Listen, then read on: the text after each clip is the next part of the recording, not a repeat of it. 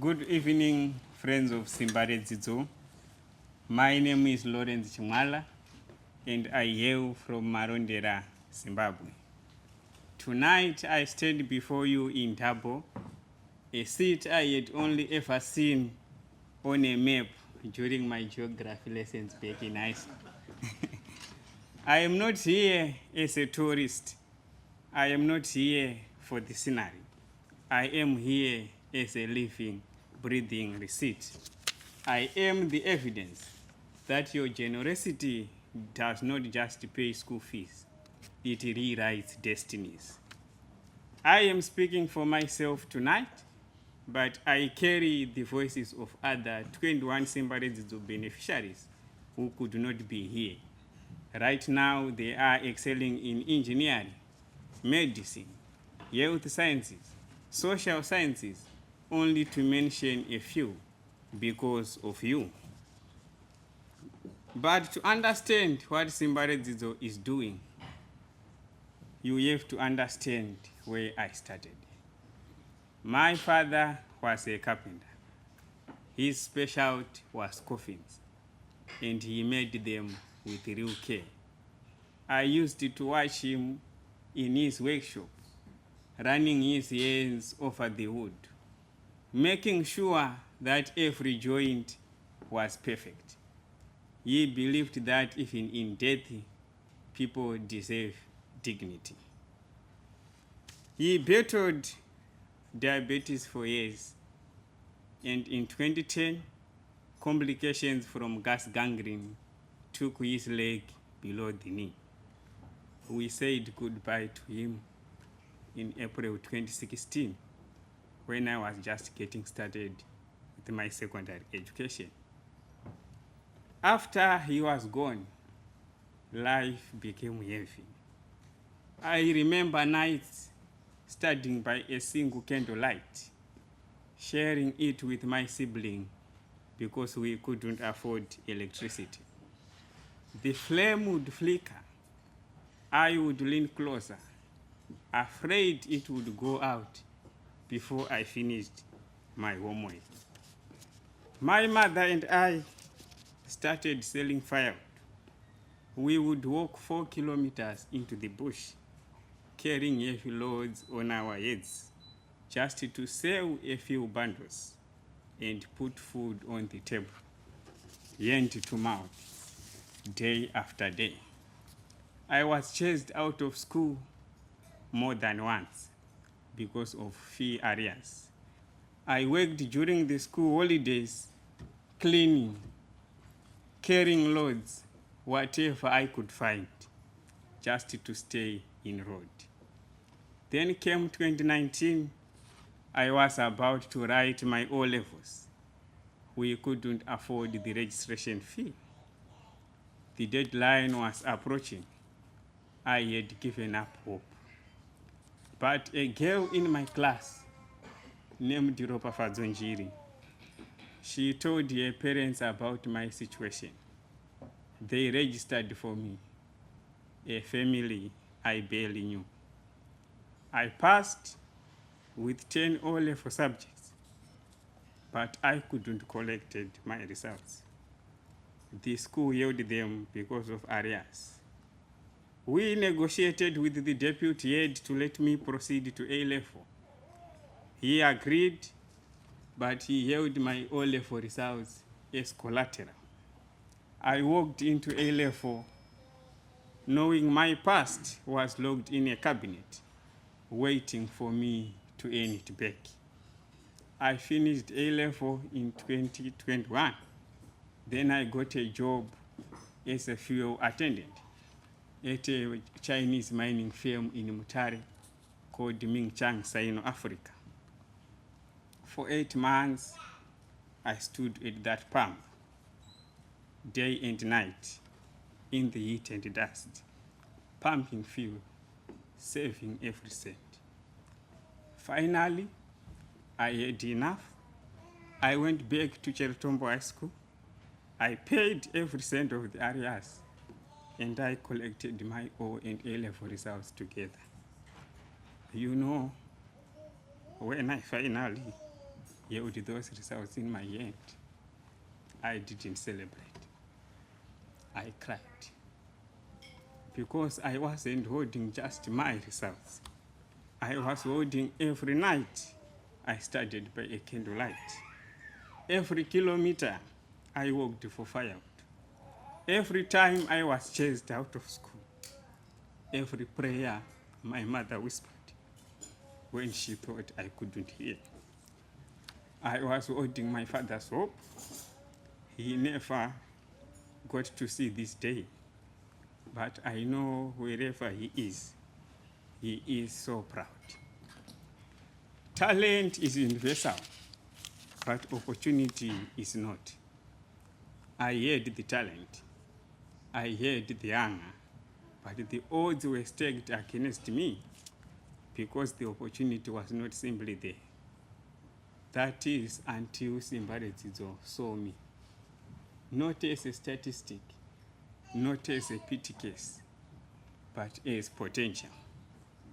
When Simbaredzidzo stepped in, everything changed. It was never just about the bank transfer.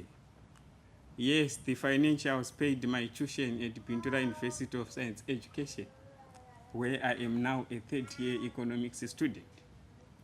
They bought my first laptop and a cell phone, tools I am using right now to study, to connect, and to grow. But the mentorship, that was the game changer. The financials gave me time to study instead of hustling for survival. But the mentorship gave me the vision to see beyond just passing exams. That is what your generosity does. It turns years of struggle into a single moment of triumph. My mentor taught me how to network, how to handle failure, how to navigate the professional world that often feels alien to kids from rural Zimbabwe. And here is the beautiful part. My mentor is also a product of your love. The one that was being said that sooner or later he will relocate to Australia. Now is in UK practicing medicine. He is living proof that this program does not just produce graduates. It produces doctors, it produces leaders, and givers who return to uplift others. And through Simbaredzidzo, I was introduced to the Toastmasters Club for the beneficiaries of Simbaredzidzo by the name Simbaredzidzo Toastmasters Club, a platform that transformed my confidence. I learned to find my voice, to structure my thoughts, and to share my story without fear. That is why I am standing here tonight, speaking to you. Today, I am an intern at the Zimbabwe National Statistics Agency, where I am learning how national data shapes economic policy for millions of Zimbabweans. And this August, I will start my fourth and last year for my economics degree. But here's the most important part, and I need you to hear this. This program is not producing passive beneficiaries. It is shaping active contributors. We are not only being supported financially, we are being developed intentionally. We are trained to communicate, to think critically, and to take initiative. They are not just theoretical skills. We are already applying them in real context. That is what your support produces. Not people who wait for the future, but people who shape it now. So you are not taking a risk on potential. You are investing in visible, ongoing transformation. And if that transformation continues at this trajectory, the return will not just be individual success stories, but a generation of people who lead, inspire, and give back. I am not growing in isolation. Every skill I learn, every connection I make, every bit of confidence I build, it flows into the spaces I am part of. I raise the standard of what is possible for those around me. Your support does not end with me. It multiplies through me. I am the lucky one standing here tonight, but I represent a cohort.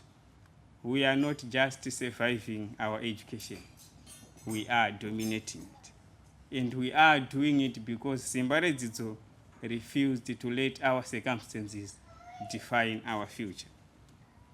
You know, as I was preparing this speech, I kept asking myself, why would someone in Australia care about a Zimbabwean student?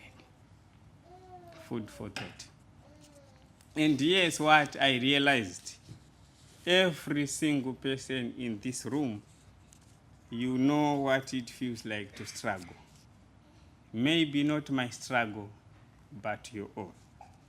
You know what it feels like to want something so badly and have the door closed in your face.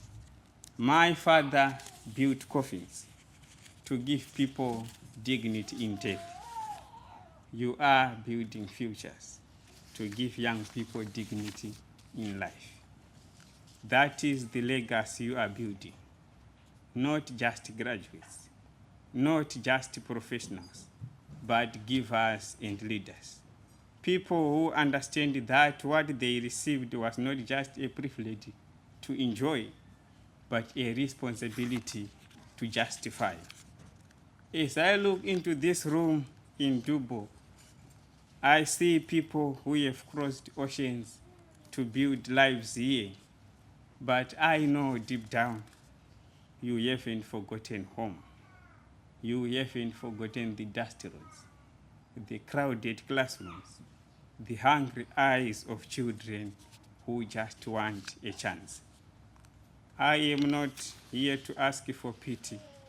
Zimbabweans don't need pity. We need partnership. Continue investing in SrD because the world needs more Zimbabwean engineers. The world needs more Zimbabwean doctors.